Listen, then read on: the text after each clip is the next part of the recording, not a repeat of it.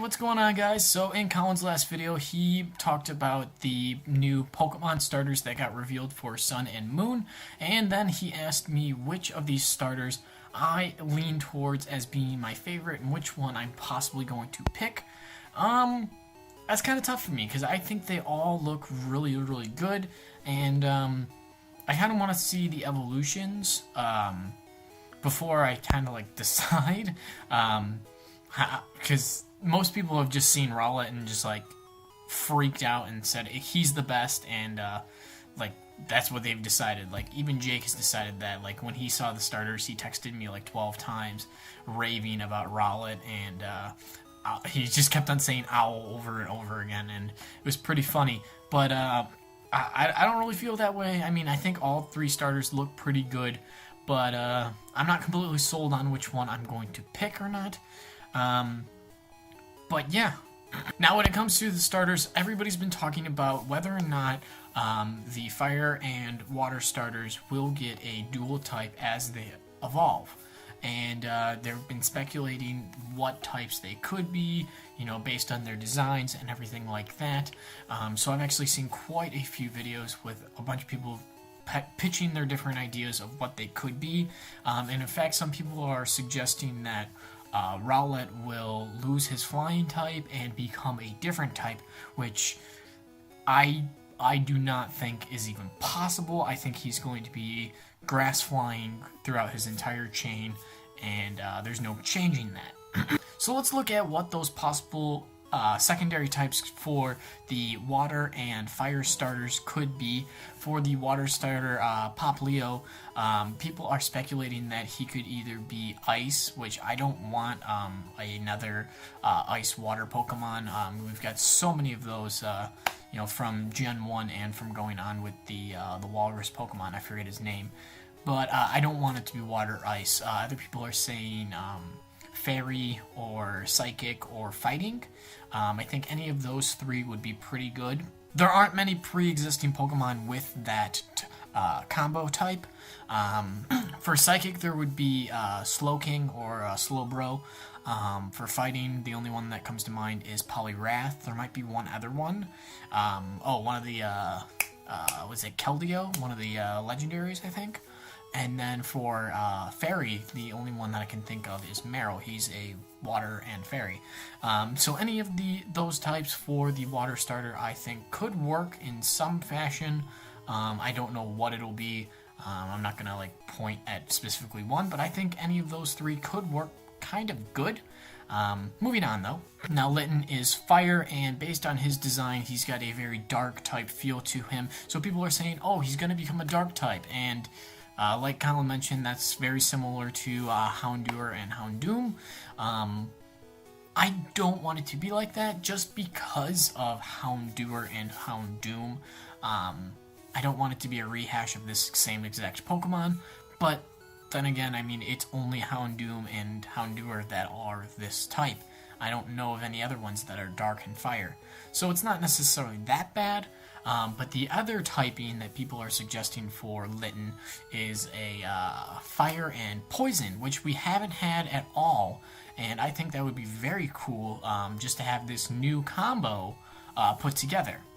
And after I saw this with the whole new combo for Litten, I got around to wondering what other possible new combos could we have for Gen 7, or basically what combos for Pokemon have we not seen yet at all, and what are the even remaining combinations that are possible. So I took a ton of time, I don't even want to process how much time I took to do this, but I compiled a list of all of the possible combinations for the Pokemon types that we have not seen in an existing Pokemon so far. I came up with 43 combinations, and if I did my math right, there's a total of like 162 total combinations, so it's not necessarily too bad.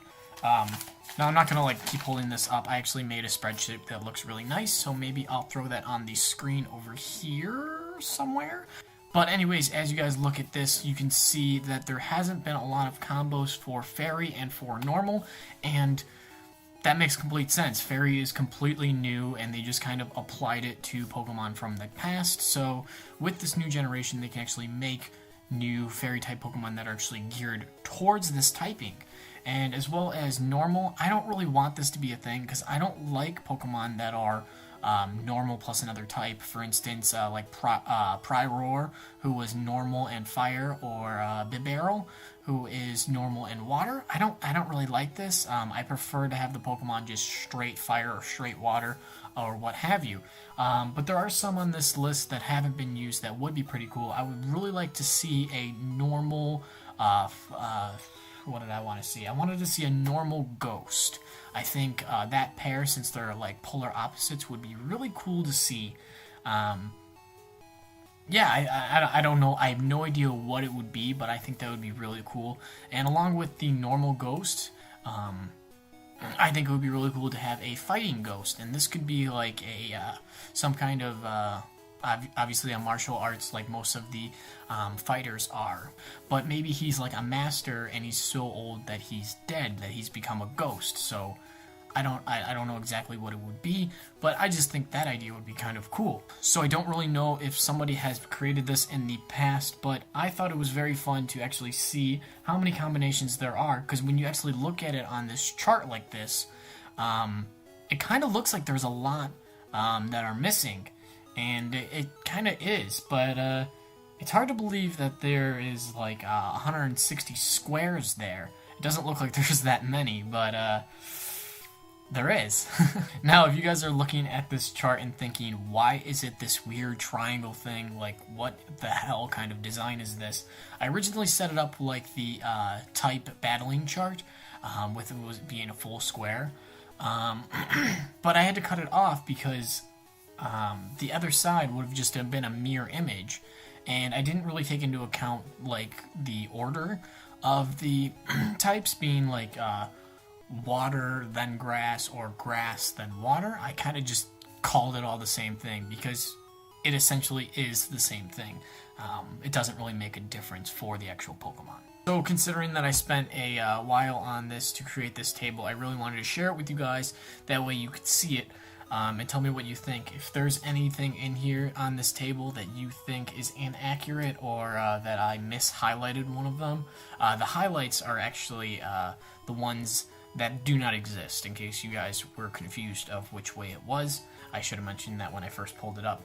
But anyways, so yeah, that's all I've really wanted to say for this video, so I'm going to end things here. Colin, of this chart that you see here, which combination for dual types do you think would be the coolest one that doesn't actually exist yet?